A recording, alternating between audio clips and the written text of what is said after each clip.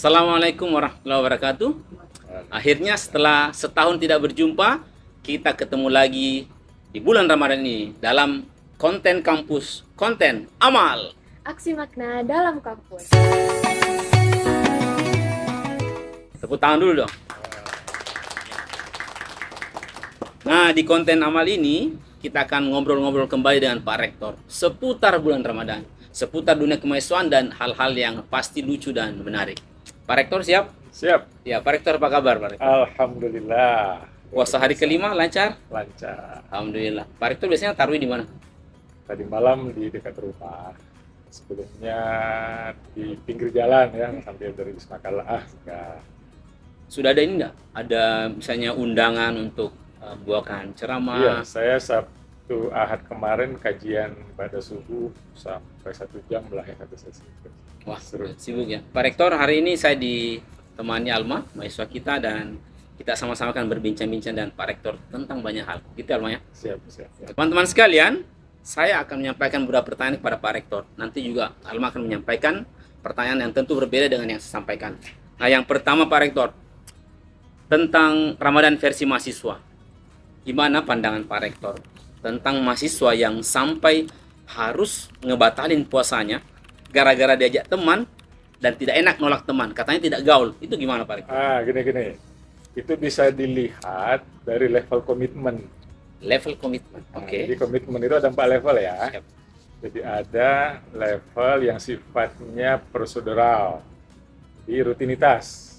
Oh, tahun lalu, sekarang juga. Nah, ada yang sifatnya sosial. Nah, ini yang tadi nih, ikut-ikutan. Jadi dia tidak ada motivasi dari dalam. Nah, level yang ketiga, itu sifatnya intelektual. Ya, jadi dia punya pengetahuan tentang puasa ini. Nah, level yang keempat yang spiritual. Dia ada kesadaran. Ya, dia ada rasa syukur dan sabar. Nah, kalau yang tadi, komitmennya masih 1-2 tuh. Masih 1-2 ya. Dia masih motivasinya dari luar, bukan dari dalam. Itu akan sulit itu. 3S ya di situ ya. Sadar, syukur, sabar. Buka coko-coko, bucok. Sabar. Tinggalkan. Sorry mami bos. Sorry, Ya, ini. sorry. Ya. Kalau memang dia tidak mau bestie kita lagi, ya mau dia apa? Ya, jelaskan dengan baik. Ya, jelaskan. Baik Pak, ini pertanyaan selanjutnya sebenarnya dari keresahan saya sendiri juga nih Pak. Ya. Mau cerita dikit, saya kan dulu pernah gak sempat bayar utang puasa tahun sebelumnya Pak. Ya. Dan keburu udah masuk bulan puasa tahun ini. Ya. Itu sebenarnya dosa gak sih Pak? Atau bisa ditambahin utang dibayar sebelum puasa tahun depannya lagi? Sebenarnya dirapel utangnya. Ya, saya tidak tahu secara fikih, tapi kalau kita lihat itu kan bisa dilihat secara tanggung jawab, secara care gitu ya. Kalau punya utang ya sebelum masuk bayar dulu.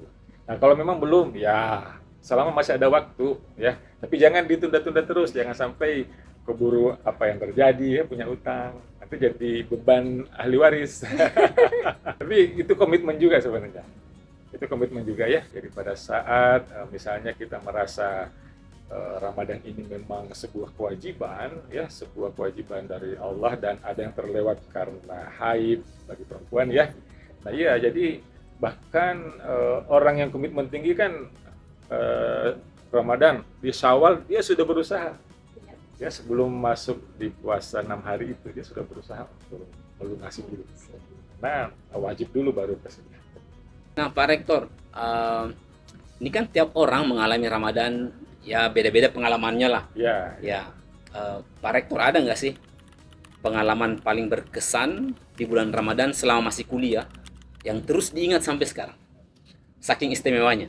Iya, saya dulu waktu kuliah di Ramadan itu pernah home alone ya, di kosan gitu. Sampai Lebaran, waktu itu saya mau mudik sebenarnya, saya mau mudik ke Makassar.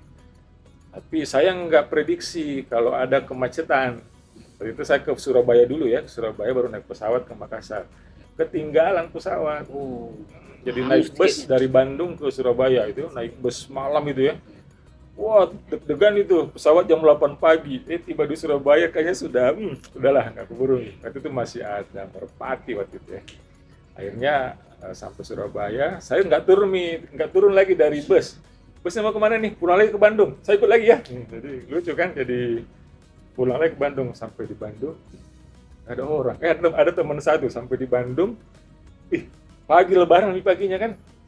Lebaran itu paginya. Saya naik ke TPT dari terminal Bukalapak ke kosan. Udah sempat tidur, langsung pergi sholat Id. Pulang nggak ada apa-apa. Nggak ada apa-apa, nggak ada makanan. Ya, kemudian untung tetangga depan rumah dekat gitu ya, jadi dia ke rumah makan ya, sana yang makan, selalu pulang tidur. Itu yang berkesan dalam arti mahasiswa ya. Tapi kalau yang lain ya dulu kan saya di Bandung ya, kalau misalnya dari sisi ibadahnya selama Ramadan itu penceramahnya banyak tokoh nasional. Jadi zaman dulu ya, waktu itu ketemu Azwar Anas, ketemu Yusril, ketemu siapa, Amin Rais, ketemu siapa, wah itu dapat wawasan, dapat inspirasi, dapat banyak hal di Ramadan itu, bukan semata ceramah agama biasa. Ya, Pak Rektor, di ruangan ini ada juga teman-teman mahasiswa, juga teman-teman Sivitas Akademika Kala Institut. Dan siapa tahu di antara mereka ada yang punya pertanyaan buat Pak Rektor. Oke, pertanyaan pertama siapa nih? Kak Yuda. Oh, silakan Kak Yuda. Izin Pak Rektor, saya bertanya. Begini Pak, kondisi beberapa orang saat ini, mungkin termasuk saya, itu merasakan vibes atau suasana Ramadan mungkin tidak seperti dulu. Tapi dari awal kita sudah bahagia dan berniat untuk menjalankan bulan Ramadan yang akan datang ini. Tapi ternyata rasanya seperti, mohon maaf, agak sedikit hambar. Seperti itu. Terus akibatnya kondisi itu membuat saya pribadi, mungkin beberapa orang juga itu merasa agak sedih. Karena belum bisa memaksimalkan beberapa hari Ramadan yang telah lewat. Apalagi kita belum tahu kita akan ketemu Ramadan berikutnya atau tidak. Nah, itu menurut Bapak, Pak Rektor, kenapa ya? Apakah karena ada yang salah dengan mindset atau niat saya, atau karena faktor lingkungan, atau karena apa? Bicara Ramadan, itu bisa kita lihat ya dari sistem input, proses, output. Ya, saya ulangi ya, input, proses, output.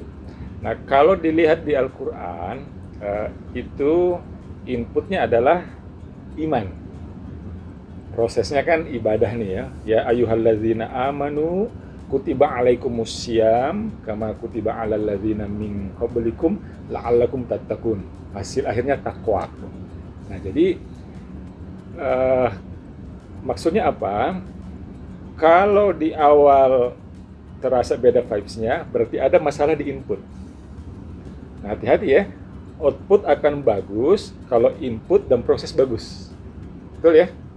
Nah, hati-hati juga, inputnya bagus, prosesnya nggak bagus juga di ujung. Tapi yang pasti, kalau inputnya bagus, proses juga bagus, itu akan dapat.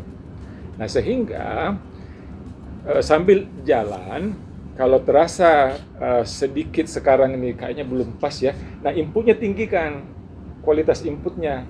Nah, itu kan di Quran, iman. Ya, inputnya kan iman nih. Jadi sambil awal Ramadan ini tingkatkan iman juga. Ya, tingkatkan iman. Jadi iman ini kan bahasa kolbu ya, bukan bahasa fisik, bahasa kolbu. Nah, coba kita lihat nih, misalnya tentang iman. Ya, tentang iman tuh, qad aflahal mu'minun, beruntunglah orang-orang yang beriman. Alladzina hum fi sholatihim khashi'un. Nah, salat yang khusyuk. Nah, coba dulu deh, jadi awal Ramadan ini ya, kan kita tanda petik nih, sholatnya kan banyak tuh. Kalau dihitung itu bisa 40 rakaat itu sehari semalam itu. Nah, coba belajar, kejar ya Allah, bimbing saya untuk bisa khusyuk sholat ya, agar iman saya naik ya. Terus kalau kita lihat lagi di Al-Quran, iman juga itu terkait dengan orang yang kalau dibacakan ayat-ayat Allah naik imannya. Jadi Al-Quran, interaksi dengan Al-Quran.